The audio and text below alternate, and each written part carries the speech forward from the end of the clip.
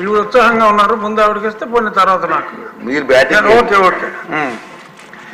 దీని మీద ఈ లిక్కర్ మీద అంటే ఆనరబుల్ స్పీకర్ గారు అవగాహన ఉన్న వాళ్ళకి అంటే నేను దీని మీద చాలాసార్లు కేంద్ర ప్రభుత్వానికి కూడా లేఖలు రాసినందువల్ల ఈ డిజిటల్ ట్రాన్సాక్షన్ చేయకుండా మొత్తం ఓన్లీ క్యాష్ అని చెప్పి చివరిలో 15 రోజుల ముందు ఎలక్షన్లు అనగా డిజిటల్ పేమెంట్లు పెడతాం. సో దానికి ముందు చాలా ఒక పక్క ప్రధానమంత్రి గారు డిజిటల్ పేమెంట్ డిజిటల్ ఇండియా అని అంటూ ఉంటే పెద్దలు నారా చంద్రబాబు నాయుడు గారు కూడా డిజిటల్ ఎకానమీకి ముందు నుంచి ఆయన మాట్లాడుతూ ఉంటే ఇక్కడ 98,000 కోట్ల ట్రాన్సాక్షను కేవలం క్యాష్గా నడిపించడం అనేది చాలా పెద్ద కుంభకోణం అని చెప్పి మనం తప్పకుండా చెప్పుకోవాలి. మరి దీనికి పెద్దలు గౌరవనీయులైన ముఖ్యమంత్రి గారు చెప్పినట్టు మరి ఎంక్వైరీ అయితే జరగాలి. రాజకీయాలకి దీనికి సంబంధం లేదు.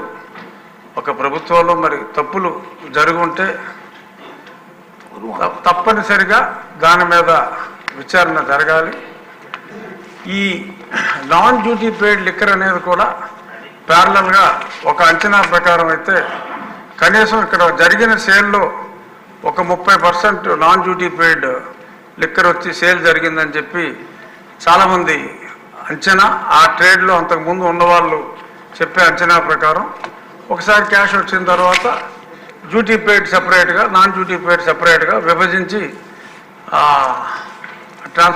రైల్వే ట్రాన్స్పోర్ట్ ఆఫీసర్ గారు విభజించేవారని చెప్పి చెప్పుకోవటం విన్నాం. అది ఎంతవరకు నిజం అనేది కూడా మరి చూడాలి. అలాగే గతంలో కొన్ని శాంపుల్స్ని నేను కూడా పరీక్ష చేస్తే చాలా ఇంప్యూరిటీసు ఇప్పుడు 54% కిడ్నీ డిసీజెస్ 53% లివర్లు కొట్టేసినాయి అంటే చాలామందికి అందులో ఉన్న అంటే మినిమం 4 days స్టోరేజ్ అనేది ఉండాలి.